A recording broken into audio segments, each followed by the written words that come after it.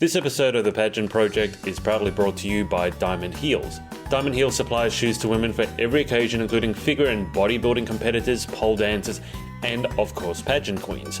With over 350 pairs in stock, they offer a personalised service, including fitting and prompt Australia-wide delivery. Check them out at diamondheels.com.au and make sure to use the coupon code TPP to get 15% off your next order. My name is Jade Lozankoski. I'm a Victorian National Finalist for Miss Grand Australia 2018, and you're watching my interview with the Pageant Project.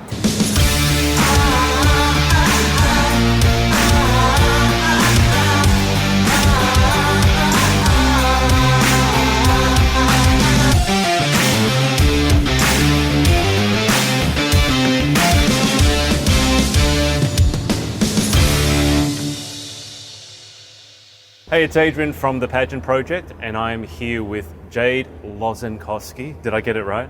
Most definitely. Yes, Most you definitely. did. Yes, it's quite a long one. I did steal the alphabet on that. We are at the Sofitel, Sydney, Sofitel Wentworth in the middle of Sydney. Jade just competed in Miss Grand 2018 last night. So we're both a little sleep deprived. Very, very much. And I have checked on luggage under my eyes, as you can see, a couple of bags there. But no, it's been an amazing experience, even amongst the sleep deprivation. But Was it your first pageant experience? first finals of pageant experience. I have been in the preliminaries of Miss World. I've been accepted into Miss Global twice, but unfortunately, due to commitments, could not compete in the national finals. And I have also attempted for Miss Universe, but unsuccessful, but that's okay. And I came to Miss Grand, and here we are. So what attracted you to competing in Miss Grand? Because every pageant stands for something different. So what was it Exactly. about Miss Grand that caught your eye? So Miss Grand, I was looking more into their social impact side. I wanted something that was really going to make a difference with looking at what's going to impact and what's going to influence people in this world. And myself, I'm an educator. I teach at university, I teach physiology. And I just wanted to try and engage with people because since I was young, I always wanted to make a difference in this world. I believe three things are quintessential for everybody: health, safety, and happiness. If I can bring that to somebody, that's all I want to do in this life. I found myself going from science into more of a teaching role because I feel like I want to take care of somebody as well. I want to give them the things that I've learned and the things that I've observed in life to them so they can be the best person they can be. And I feel like that really resonates with Miss Grand. Yeah.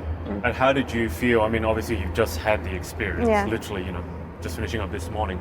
How did you find the whole thing overall? I mean, obviously there's a sleep deprivation, it's Yeah. extremely busy, but how was the experience as a whole for you? The experience right from the get-go, I made so many amazing friends. These girls are phenomenal. Some of the stuff that they do is just beyond. Like, take Kimberly, our winner. She is, I can't tell you how excited I was when I found out from the Victorian finals that she was in. Yeah. We clicked, we meshed straight away. We were just the same kind of laughter, the same personality. We just meshed really well, and I loved her mum. We got along like a house on fire, and even our mums now, they're having breakfast in the morning together. So it is that very homely feeling that you feel like you've got sisters at the end of the day. Yeah. And you all wanted to take care of each other. Like last night, Raquel's dress got caught in the door and I'm like flicking it out. I'm like, go, like you That gotta could have run. been the bad I know, one. I'm just like, quickly sort of thing.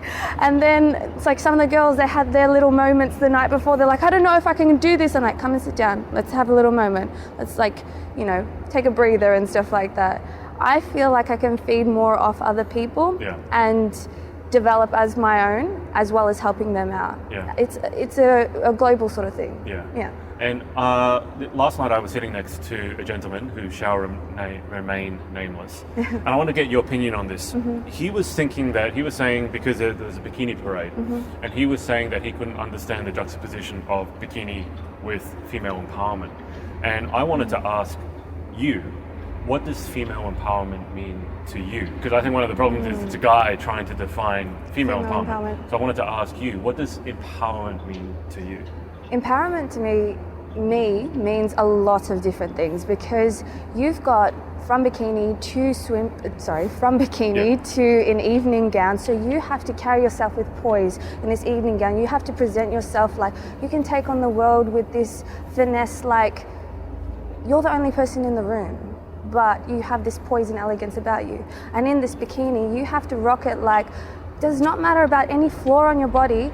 This is who you are.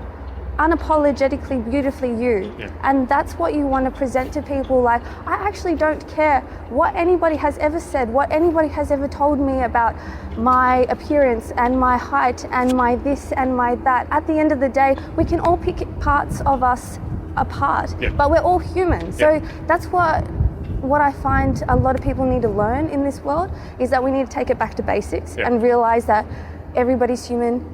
We just need to be healthy, happy and safe. Back to basics, that's it. And that's what female empowerment to me is. Taking that stance and really bringing that forward and being like, here I am. That's it. Right at the front of the stage, in my bikini, in my pageant outfit, whatever it is, I'm here and I'm ready to rock this. Yeah. That's female empowerment. So you're there, you're owning it. Owning it. And it doesn't matter what anyone else says. Does not matter. Take myself for instance. I'm a teacher, I box, I've been in pageants, I like music, I play a lot of crazy different sports like snowboarding and skateboarding and things like that. There are so many different facets, and I remember someone once asked me this, they're like, if you could describe yourself within a sentence, what would it be? And what was it? An uncut diamond. Because I feel like there's so many facets to me, and as precious as a diamond is, most diamonds are cut and polished to a certain degree to shine a certain way, and they're very angular and they flow this finesse that needs to be there for a certain reason. But I want to be this uncut diamond because I have so many different angles and so many unique angles that I know a lot of people don't carry. So this is what I want to show, that I'm still as precious, but I'm so very unique from every other diamond out there. Nice. If someone's watching this and they're not sure as to whether to enter a pageant or not, let's say they found Miss Grand or another pageant and they're kind of umming and ahhing, because it's hard to tell what's involved in a pageant unless you've actually been through it. But if someone is watching this and going, oh, I might give it a go, what words of encouragement would you give them, or what have you gotten from competing? So going into this, I've always wanted to do a pageant to develop my skills in communicating with people. I want to actually, even though I do teach, I address classes of like 200 plus at the end of the day. Throwing yourself up like in a bikini in front of many people with cameras in your face, this is a different kind of experience. It teaches you to forget about all the blurred out vision, all the chit chatter, all the crazy nonsense, and just focus on you and hone in on you and find your quietness and find your peace. So I feel like even going into workplaces, this will teach you so much about yourself. This will teach you how to regulate yourself, how to train yourself, how to find your best you. So go for it. Take that opportunity and really run for it, because it's an amazing experience. You'll meet amazing people. It'll be definitely, you won't get much sleep, I'll give you that much, and it will be a marathon, but it's the biggest amazing marathon that you'll ever come across. So yeah. Tell me more about, I mean, apart from the pageant, tell me more about the crazy life that you live behind the scenes. So I know that I've looked at your Instagram, there's, as you said, many facets. There's definitely the boxing. Yes. You teach. Yep. So let's go into the boxing first. Why boxing? So when I was younger, I always loved my sports. I played basketball, and then from there I started working and focusing on my studies. But as I grew up, I realized, I'm going to start going out now. I'm a bit more of a petite girl, and I feel like sometimes people think that they can intimidate me because of that, because I have this demeanor that I'm very kind. I just want to be open to everybody and stuff like that, and that people can take advantage of that situation. And I know with my words, I won't let that happen. But at the same token, if I need to protect myself, I need to know how to protect myself. And I thought, what can I do to actually make that happen? And I was looking at all the different types of fight sports that are around at this point in time, and I really resonated with boxing because I thought it's a gentleman's sport. This kind of like looks to me like something that I feel like is something I could do. And I started doing it, and I felt so compassionate about it, and think that it taught me so much more about myself. It taught me not only self-defense, but how to regulate your emotions, how to respect your opponent, respect the situation that you're in, and it is such a battle. The thing is, people don't realize, like, training for ballet, you could even class it the same as training for boxing, because it's so overwhelming, the kind of pressure that you put on your body. You'll train like 5 nights a week just of a standard and then forget about it. When you start training for like fights and things like that, there's weight cuts, there's training in the morning sprints, there's training with your coach, there's this and that. I haven't done personally like amateur boxing or pro fights, because there is a certain level, and I do believe in protecting your brain as well and things like that. But more so, I love the sport. I love the family that I've created within there as well, because it is a family, and it's just really amazing how you can grow from this as a person, because I've been in situations where people would be saying derogatory things about females or whatever, and I'm like, no. I'll just stand in there and be like, excuse me, I feel like this is really unnecessary, because you know, at the end of the day, we're all human beings, and silly comments like being in the kitchen and that are really, really unnecessary. So you should really check yourself and really look at certain angles of what you're speaking about. Yeah. So it gives you that strength behind you, that even though you know you're not going to throw a punch, that's not you, but you have this like empowerment that you're like, I just have this because I know I'm strong from within and without, and I'm strong within my mind as well. Yeah. Do you find people are surprised when you... Overwhelmingly surprised.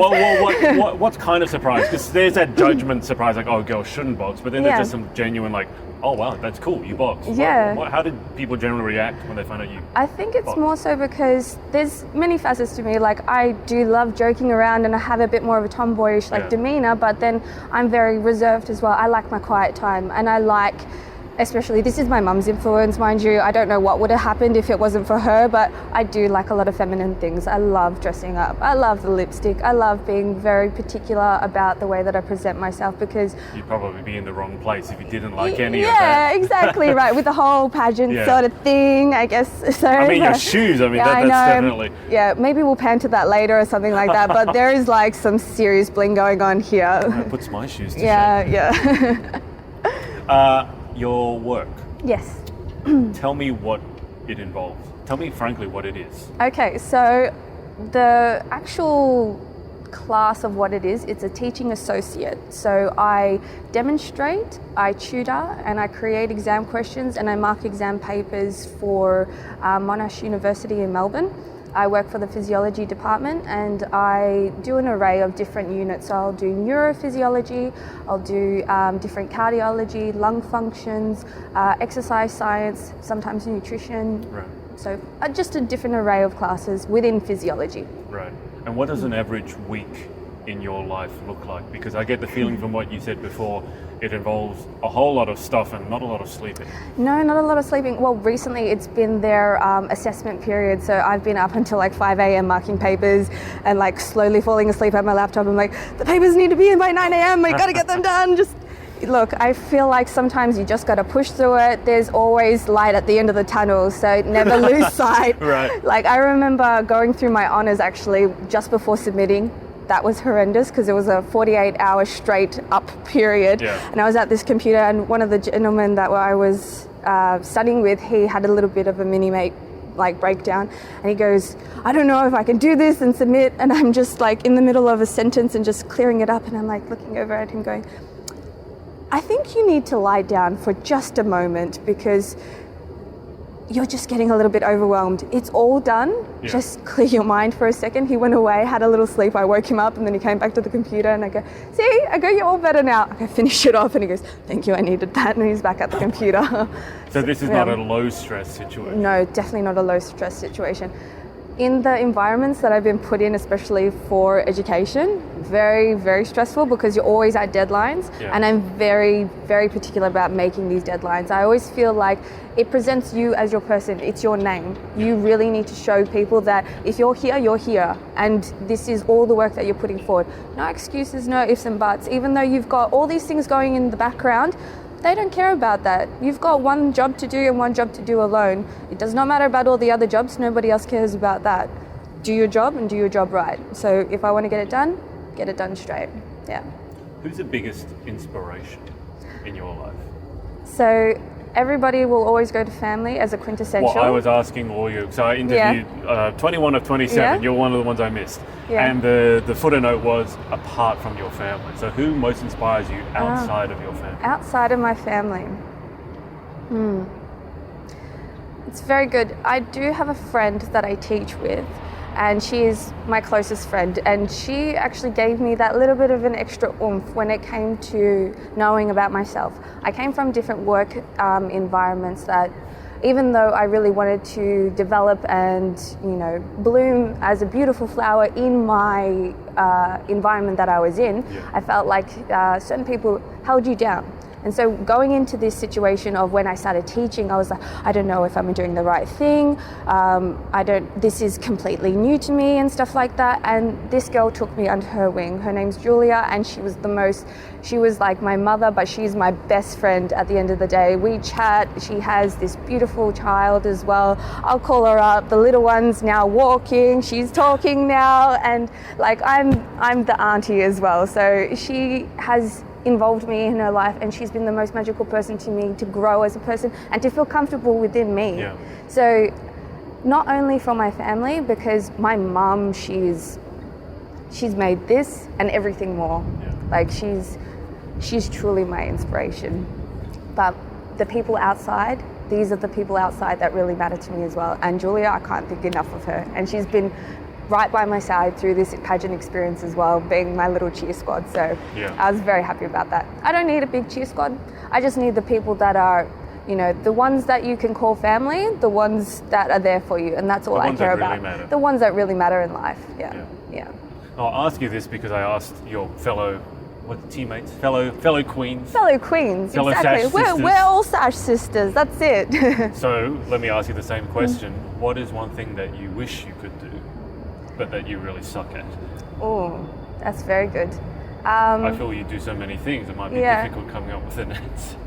Well, I still feel like I have so much more to do with public speaking, because I would like to be addressing not just a small stage of people. I want to be addressing like thousands. Like that's where I want to be. I want to be making a difference on that kind of level.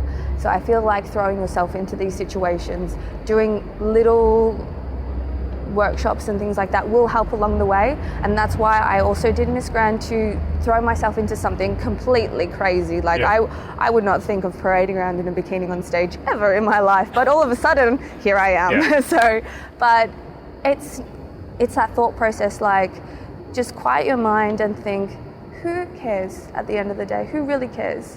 There are so many people in this world that do so many amazing things and then so many crazy things, but they just do not care what anybody else thinks, and that's the main thing. So I want to be able to speak openly like I am with you today to an array of people with cameras, with flashes, with light bulbs and things like that in my face, and not find that overwhelming.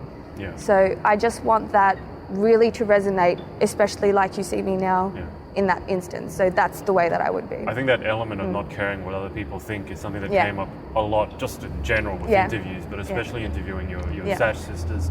A lot of them talked about, Chloe and someone else, I can't remember the name, have lost people. Chloe's only 17, she lost her best friend to brain cancer. It's and hard. She said that taught her that life is not necessarily long. No. And she did really well in the pageant last night. That was a discussion we had last night together, actually. She asked a question when we had one of our workshops, and I said, that was actually really interesting, but I feel like I could help you out a little bit more on that. So we sat down and had a bit of a chat, and I brought that to her attention as well, and she goes, actually, I did lose somebody. And I go, I lost someone close to me as well. It was my grandpa last year, and at the end of the day, we need to just remember that you need to tell the people that you love the most that they're there all the time. Just tell them that you love them, because you don't know what tomorrow's going to bring.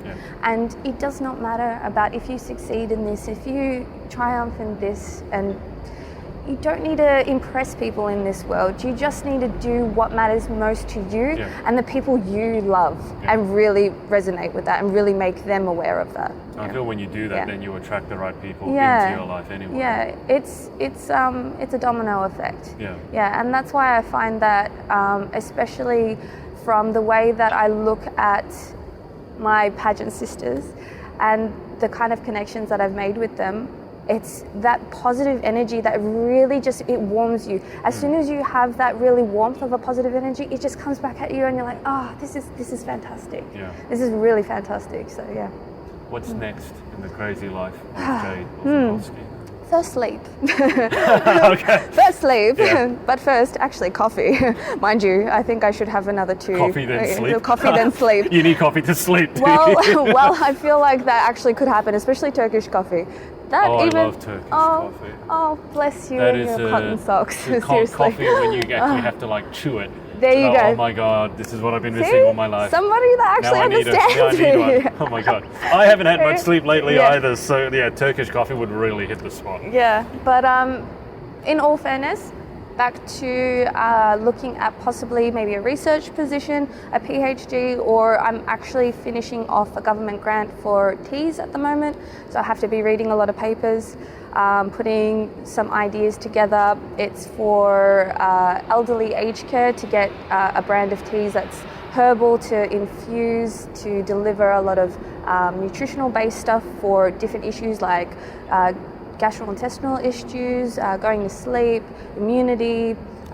There's a few other things as well that we're looking into, as well as, of course, the quintessential hydration, because when you get older as well, there's a part of your brain called the hypothalamus that regulates your thirst mechanism, and as you age, it actually diminishes. So when you become thirsty, you're actually dehydrated. So they're trying to find a way that is actually more of a social way that impacts their ability to have this thirst, to actually create that change. And it's not supposed to be something that overall changes, if there's any issues, but it's actually supposed to make something just progressively easier for them, especially just secondary immunity infections or something like that. It's unnecessary issues that can actually be fixed with just very simple things, nutrition and water. I think a lot of problems in life can be fixed by good nutrition Yeah. and water. And I mean, sleep. I've coached And up- sleep. That's true. And sleep. I don't feel I'm the best person to be telling someone that they should get sleep. I'm not sure you nor are am either. I, but yeah. Pot calling kettle black. Exactly, but I'm going to ask you 10 just quick fire questions. This Sure. is more like the pageant Q&A. But Let's before go. we do that, if people want to follow your journey, the next phase of your crazy journey, what are the social media details?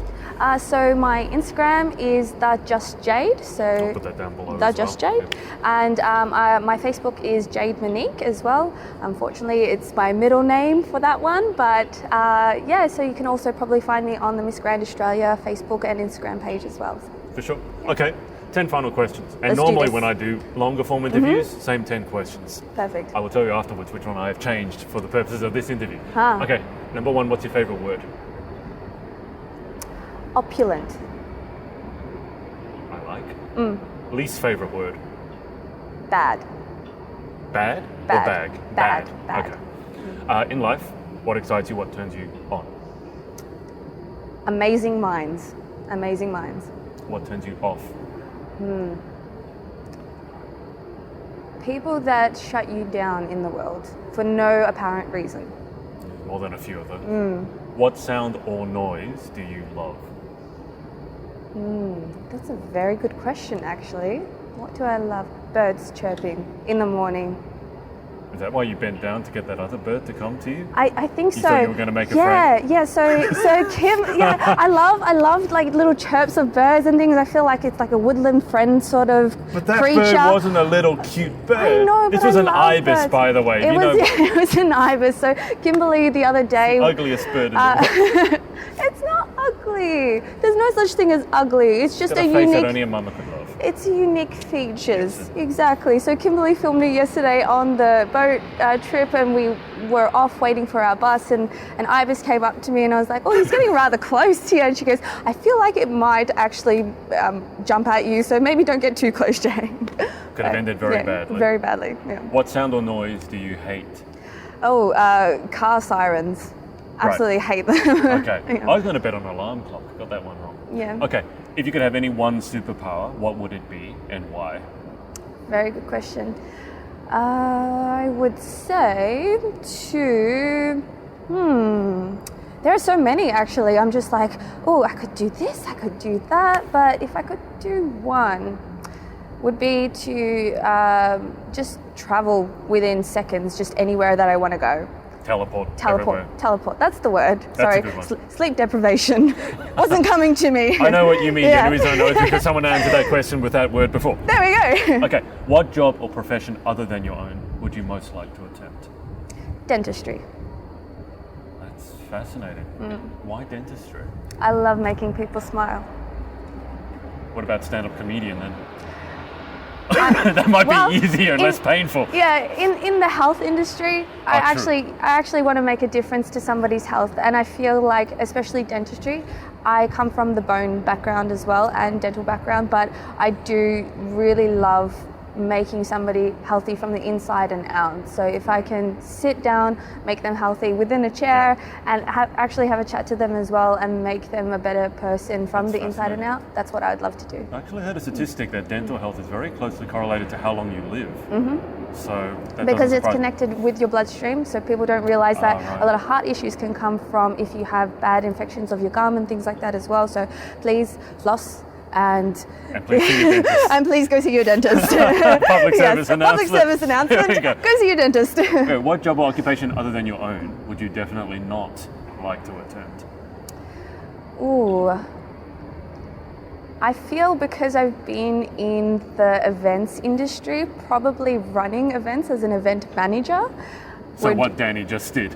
She's You would want to amazing. do She's that. amazing at her job, but I mean as a regular occurrence, like putting them on every day of the week in big instances, it's highly stressful. But the girls that I've always worked with, they remained so composed. They were the most amazing women I've ever seen, and probably the strongest women I've ever seen on the planet. But of course it wouldn't fit in with my boxing schedule, so Boxing first. boxing first. Final question. Yeah. If heaven exists, what would you like to hear God say when you arrive at the pearly gates? That's a very good question. I would like him to say, your family's waiting for you. Nice. Just a side bonus question. Double unders. Double unders. With skipping. With skipping. I'm yes. envious because Jade can skip. How many can you do in a row? Do you know? In a row. I'm not sure because I like to mix it up a little bit. I get a bit bored sometimes. I'll just do a couple of doubles and then I'm like back to jumping But down rough and up. estimate, how many do you think you could do in a row? Or at least maybe 10 or something. Just like bam, bam. A couple Okay. just keep jumping. Okay. At least. But I reckon you could do a lot more. I probably could if I timed myself, but I'm not too sure. So I know I've definitely done 10, but probably more. I actually don't know. Yeah. All right, I'm going to let you off the hook. Okay. I want a demonstration. Yeah. Anyway, thank you so much for your time. Thank you so much Jade's as well for about having me. to Thank you. head back to Melbourne. She's going to explore some more Sydney. We're actually in the middle of Vivid, so there's a lot to see. There's a lot around here. I've actually had a bit of an experience last night. I had a Sydney person taking me around as well, looking at all the sites of all the, last leg people coming out from the Jade ran clubs. afoul of our lockout laws, Yeah. where she didn't realise that after a certain time, the only thing that's open is McDonald's. When they said that we're going to an after party, I'm like, oh great, okay, so it's like Macca's. Melbourne, so we'll go down at 1, Yeah. and then all of a sudden it's like, okay, so there's lockout girls at 1:30, and we're like, by the time we get there, how about Macca's? Great, let's do Macca's with red lipstick, hair done, all the jewels up. Let's do this. We got this. Yeah. On that note, we On will that note. speak to you next time. Thank you for watching. Hey, it's Adrian. If you'd like some pageant coaching to help you win that title, or you'd like to keep up to date with our interviews, check us out at thepageantproject.com. Speak to you soon.